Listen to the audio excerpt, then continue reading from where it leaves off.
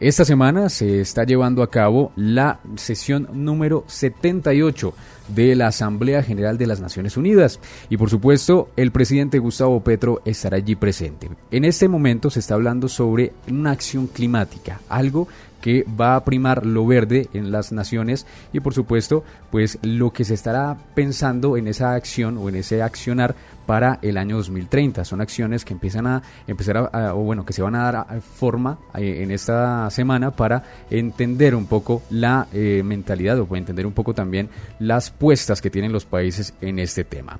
Así que hoy invitamos al profesor Jorge Yarse. Él es internacionalista, él es profesor de Derecho de la Universidad Central y por supuesto nos estará acompañando para hacer un panorama sobre este tema tan relevante en esta semana a nivel mundial. Profesor, bienvenido a Revista de la Mañana y gracias por aceptar nuevamente la invitación. Hola, muy buenos días a toda la audiencia y a ustedes, muchas gracias por la invitación. Profesor, bueno, hablemos sobre lo importante que es el accionar hacia lo verde. ¿Por qué es tan importante dar esa vista o digamos esos objetivos sobre desarrollo sostenible en consecución hacia la paz? ¿Hablar de lo verde y la paz es consecuente en este momento? Bueno, hay varios niveles de diálogo en esa pregunta. Primero, los objetivos de desarrollo sostenible han buscado reducir las brechas del acceso al cumplimiento de la garantía de los derechos humanos en todo el planeta y digamos que es la gran apuesta que se tiene al 2030 en los miembros, en los 178 países miembros de las Naciones Unidas. Entre ellos, uno de los factores más importantes es el cambio climático, la lucha contra el cambio climático, puesto que entendemos que estas afectaciones que se han causado por la actividad humana en nuestro planeta y en el comportamiento del mismo, pone en riesgo nuestra propia supervivencia, pone en riesgo la autosuficiencia de las comunidades y sobre todo pone en riesgo el ejercicio de los derechos y las garantías mínimas de los pueblos más vulnerables. En esa línea entonces, hablar de una línea, de un trabajo conjunto, de una verdadera resolución por parte de los países de las Naciones Unidas en un trabajo que implique el detenimiento inmediato de la mancha de carbono, o sea, detener nuestra actuación nociva en el planeta y buscar una transición pronta hacia economías y sistemas más verdes es una garantía del ejercicio de los derechos humanos en general. Si tenemos garantizados nuestros derechos fundamentales, la vida digna, la educación, la salud, la salubridad pública, el goce de un medio ambiente sano, la cultura, etcétera, etcétera, etcétera, estamos construyendo sociedades en paz. Ese es un camino filosófico, ideológico que debemos transitar, que es muy largo, pero en el cual debe haber una voluntad internacional conjunta para lograrlo. Profesor, bueno, yendo por esa misma línea sobre lo que se estaría pensando hacia el año 2030, porque esa es como la ruta, esa es la agenda en la cual pues deben asumir este reto desde la Asamblea General de las Naciones. ¿Será que en ese momento, por ejemplo, desde Japón, al vertir elementos radioactivos al mar, estaría en contra de esas digamos, puestas que se tienen hacia construir algo más verde, algo más próspero para la humanidad? Y bajo esa misma línea, también le estoy preguntando sobre, le añado a la misma pregunta, es sobre si esas negociaciones que se tienen en Asia, que van, digamos, en contravía de lo que se quiere desde el lado occidental, ¿estarían también jugando un papel importante? A ver, muchos niveles en esa pregunta. Sí. Volvemos hay que desgranar el tema. Primero, el tema medioambiental con Japón. No podemos olvidar que eso procede de una situación calamitosa, o sea, el terremoto, posterior tsunami que afecta a la central de Fukushima, que la inhabilita y que destruye 2 de los 4 reactores por completo, mismos que en sus cimientos, por un proceso de fusión de los materiales, crea un gran pozo de aguas contaminadas con materiales radioactivos. Y que pues por el flujo constante de la naturaleza, esas aguas se siguieron acumulando. Ahí siguen llegando aguas de lluvia, aguas de corriente que se siguen contaminando y se siguen acumulando. Entonces hay un principio general del derecho, casi que de aceptación universal, y es que nadie está obligado a lo imposible. Y en este caso, para Japón es imposible darle un manejo diferencial a esta situación puntual. No la puede almacenar, no la puede tratar, no puede disminuir el daño y no puede disminuir el riesgo, ¿sí? Entonces solo quedan las opciones de los vertimientos. ¿Qué es una situación calamitosa para el planeta? Claro, porque eso precisamente entra a las corrientes oceánicas, que somos un sistema cerrado. Esas corrientes le van a dar la vuelta al planeta y todos vamos a terminar en mayor o en menor medida recibiendo algún grado de afectación. No es una cosa nueva. Con el caso de Chernobyl, por ejemplo, y esto habría que preguntárselo con más detalle a los médicos o a los antropólogos, se puede datar en los huesos humanos desde el accidente nuclear y en adelante la presencia de elementos radioactivos que se han contraído a través del aire. Todos los nacidos después del accidente nuclear de Chernobyl tenemos en nuestro sistema radiación de distintos tipos de isótopos radioactivos y eso se puede rastrear. Entonces eso evidentemente empieza a afectar al desarrollo de la humanidad, empieza a afectar nuestra salud, nuestras capacidades, etc. Pero esa es una realidad que no podemos modificar. ¿Qué es lo que sí podemos modificar? Pasar a alternativas que no sean contaminantes. Si bien la energía nuclear en su momento fue una de las respuestas más verdes, en la medida en que genera de mucha energía a bajo costo y con, en teoría, bajo impacto, pues la historia y el devenir de las circunstancias nos ha demostrado que esta no es una alternativa. Ahí tenemos que trascender a otros. Bien, respecto a lo que me decías de las negociaciones en Asia, no toda Asia, nos estaríamos refiriendo específicamente al bloque chino y a sus aliados más cercanos, y cómo estos precisamente están instaurando una hoja de ruta que va en contravía. Realmente no va en contravía, lo que pasa es que los volúmenes de población no dan para los resultados que el mundo espera, pero uno de los países que más está trabajando en la transición a otras formas de producción, también de energía, de combustibles, de transporte, etcétera, es China, y tiene los capitales para hacerlo, ¿sí? Lo que pasa es que es también el segundo país más poblado del mundo después de la India en este momento, y una de las economías más fuertes del planeta con base en la producción manufacturera. Y hasta ahora las manufacturas son la principal fuente de contaminación del planeta. Entonces, que esa extrapolación de los bloques oriental y occidental en la política hace pensar que todos estamos, que estos dos bloques están siendo enemigos en la lucha contra el cambio climático. Y la realidad es que quizás no. Lo que pasa es que están caminando por sendas distintas. Profesor, buenos días. Pues el discurso del mandatario va a estar cargado, digamos, con esos temas que ya también ha ido esbozando, temas de acción climática, el desbloqueo para Venezuela, también la migración que pues involucra a Panamá, pues un tema muy sensible como el paso de miles de personas por el tapón del Darién, y donde pues él mencionó pues que le han pedido, ¿sí?, desde el poder político que tapemos el tapón del Darién. Él mencionaba específicamente, como si eso fuera fácil, que se pueda construir una especie de muro para que no pase la gente hacia Estados Unidos. Posteriormente, pues, descartó esta propuesta del asesor de seguridad nacional del gobierno de Estados Unidos. Hablemos también un poco de esta declaración que hizo él. Profesor, ¿nos escucha?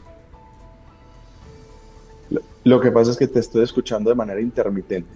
Mira, lo que te logré más o menos captar respecto a tu pregunta es sobre la postura del presidente Gustavo Petro en la Asamblea de las Naciones Unidas. Te cogí más o menos la idea, ¿sí? Sí, básicamente, él va a tocar esos temas de acción climática, el desbloqueo para Venezuela, también el tema de migración, donde pues él hizo pues como o aseguró pues que el gobierno les había pedido, de Estados Unidos, les había pedido que construyeran una especie de muro para que no pasara a la gente hacia Estados Unidos, ¿sí? Uh-huh. Y luego el asesor de seguridad nacional de Estados Unidos, pues él descartó esta propuesta. ¿Por qué pasa esto? Bueno, las Naciones Unidas es un escenario de encuentro, pues precisamente para el conjunto de las naciones, y se presenta una oportunidad crucial para que ciertos gobiernos dialoguen en donde en otros espacios no lo podrían hacer. Y para que se planteen sobre la mesa los temas que cada nación considera son más relevantes en el ejercicio de sus relaciones internacionales y que les preocupan más para la protección de sus intereses, y digamos que de fondo buscamos una protección para el interés general de la humanidad. Yo estoy convencido que el presidente Gustavo Petro va a ser un eco de un discurso latinoamericano que se viene fortaleciendo cada vez con más ahínco y que tiene que ver con la deuda histórica que tienen los países del norte respecto de los países del sur por precisamente esos procesos de contaminación, de generación de riqueza con base en la producción manufacturera, desconociendo la biodiversidad y alterando pues el funcionamiento propio de nuestro sistema planetario, y lo cual nos pone a todos en riesgo. Segundo, va a hablar muy fuerte de lo que son las hegemonías políticas, las hegemonías internacionales que procuran poner ciertos estándares, ciertos ideales sobre la mesa de todos los países del mundo, y que hoy cada vez tienen menos eco, ¿sí? Evidentemente, la hegemonía que ejerce Estados Unidos sobre América Latina hoy, pero también la hegemonía que China está tratando de tener cada vez con más fuerza en toda la región de América y obviamente África, donde ya tiene mucha más presencia. Esos discursos hablan específicamente de cómo hay una suerte como de obligación que se les impone a los países del sur, mientras que los países del norte no cumplen con unos mínimos para garantizar la lucha contra el cambio climático, la protección de los derechos humanos, la garantía de los derechos mínimos, la libertad de desplazamiento y locomoción, ser verdaderamente ciudadanos del mundo. El tema migratorio va a ser seguramente un tema que aparecerá en el discurso, aunque no sé si va a ser el tema más fuerte, en la medida en que pues eso no solamente atañe a las relaciones diplomáticas entre Colombia y Estados Unidos, sino que verdaderamente pone en jaque todas las relaciones diplomáticas de Centroamérica y el Caribe, que son los países que sirven de tránsito y plataforma para los migrantes ilegales.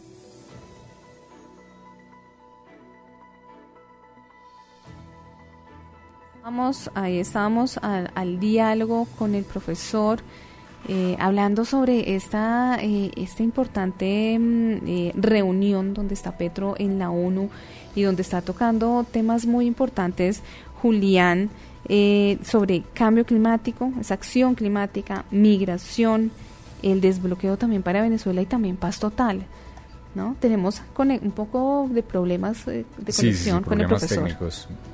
Bueno, ya está ingresando nuevamente, entonces ya podríamos allí revisar esas conclusiones, ¿no?, que tenemos el día de hoy. Profesor, ¿nos escucha? No lo escuchamos, profesor. ¿Otra vez? ¿Podríamos? Hola. Ahora sí, profe. Bueno, entonces nos estaba contando. Una disculpa por la conexión ahí a ustedes y a todos los escuchas. ¿Hasta dónde me lograron escuchar? Como para retomar la idea. Bueno, profesor, usted está hablando sobre la política migratoria y además el elemento importante de que Petro hable sobre esto, y además qué es lo que va a suceder también con Estados Unidos frente a esa apuesta, ¿no? Bueno, entonces les decía que seguramente va a ser un tema que salga, pero no estoy tan seguro de que sea un tema muy relevante que tope mucho del discurso, porque es un tema que no relaciona exclusivamente a Estados Unidos y a Colombia, sino que pone en jaque a todas las relaciones diplomáticas de Colombia y los países de Centroamérica y el Caribe, que son plataforma migratoria de las personas que hacen tráfico de manera irregular. Entonces, definitivamente hay que ponerlo sobre la mesa porque es una situación que tiene en jaque la garantía de los derechos humanos, la vida digna, la libre locomoción. O sea, en el siglo XXI es imposible seguir pensando que nos deben dividir unas fronteras imaginarias en los mapas cuando nuestra tierra es una sola. Pero pues eso sigue pasando y sigue costando vidas. El Tapón del Darién en este momento es el cementerio a cielo abierto más grande de América Latina porque por sus territorios trasegan ciudadanos de todo el mundo tratando de llegar a un sueño americano cada vez más desgastado y desdibujado. Entonces, seguramente eso va a ser un elemento fundamental en ese discurso, pero no va a ser el más importante dentro de lo que el presidente va a hablar. Así es, profesor, y sí, ya se han visto cifras donde ya mueren al día más o menos 200, 300 personas, o bueno, al día no, sino más bien a la semana, donde se encuentran cuerpos, donde se encuentran también situaciones de extrema, digamos, desprotegimiento, podríamos darle esa tonalidad de protección, perdón, gracias por la aclaración. Y bueno, ahí está también pues todos esos elementos que se van sumando a el Darién, ¿no? Que es un elemento crucial para hablar sobre migración. Y por el otro lado también tenemos la sanidad. Tenemos un elemento crucial que está dentro de los 17 de objetivos que tienen desde la acción del año 2023, la agenda de acción para el año 2030, perdón, y el cual pues genera también hablar sobre las drogas, porque las drogas también hacen parte de esa cobertura de la sanidad y por supuesto de la salud pública. El presidente Gustavo Petro tiene muy claro sobre esa nueva política antidrogas que va a presentar, o que ya está presentando en este momento, ante la ONU, pero remarcando esa relación que tiene con Estados Unidos. ¿Será que bajo esa política o esa nueva política en la cual pues va a demarcar estos elementos, también estaría en la línea de ruta a nivel internacional frente a los procesos antidroga que se están ejerciendo en este momento? Vos planteas ahí dos temas que son muy importantes. ¿Concebir las drogas como un problema de salud pública o concebirlo como un problema económico de narcotráfico? Estados Unidos tiene una política antidrogas que lo concibe como un problema de narcotráfico. Es un riesgo para la seguridad pública y es un riesgo para la economía de los Estados Unidos. Y por eso, digamos que se ha llamado la lucha contra las drogas, es una estrategia multisector, multinivel de corte de acción militar. Intervención, interdicción terrestre, aérea y marítima, persecución de los narcos, de sus bienes, etc. Latinoamérica está proponiendo que se le dé una mirada de un enfoque de salud pública, ¿sí? Es un enfoque sobre el consumidor, sobre la idea de que el que consume lo hace por una circunstancia biológica, social, psicológica, etcétera, y que debe cambiarse el enfoque, sobre todo para las drogas duras, ¿sí? Digamos que ya tenemos otra perspectiva sobre las drogas blandas, entre ellas el cannabis, que entraría a ser como el alcohol, el tabaco, una droga blanda de consumo libre. Pero sobre las drogas duras, aquellas que generan mucha mayor dependencia, que generan mayor afectación a la persona en su integridad física y emocional, dar un enfoque no de persecución a la producción, sino de prevención y atención del consumo, un enfoque de salud pública.